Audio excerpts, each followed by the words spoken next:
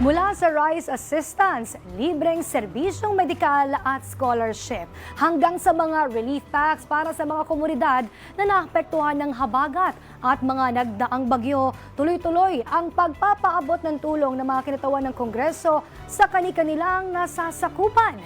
Si Carms Magluyuan sa detalye.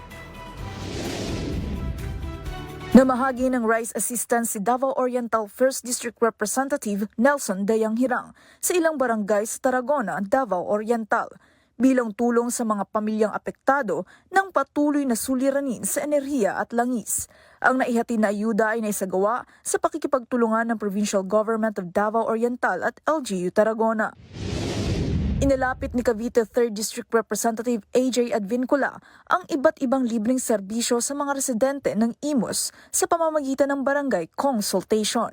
Kabilang dito ang medical at burial assistance, PhilHealth Yakap Program, DOH Guarantee Letter, TESDA at CHED scholarships, gayon din ang libreng eye consultation, reading glasses at pustiso.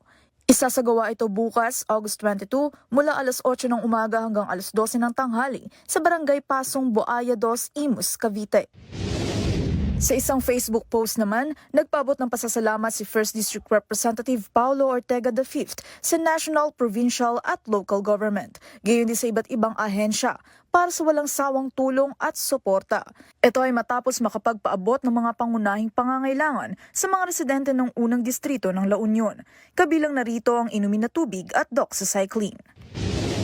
Naging abala naman sa pamamahagi ng DSWD Family Food Packs sa mga barangay ng Bunuan, Binloc, Lucao at Barangay 4 sa Dagupan City si Pangasinan 4th District Representative Gina De Venecia nitong mga nakaraang araw. Habang sa Mangaldan, namahagi rin ang kanyang tanggapan ng 800 family food packs sa mga residente ng barangay ni Baliw at Navaluan na apektado ng baha. Para sa Totoong Balita sa Bagong Pilipinas, Carms Magluyuan, 3 tanghali ng Congress TV.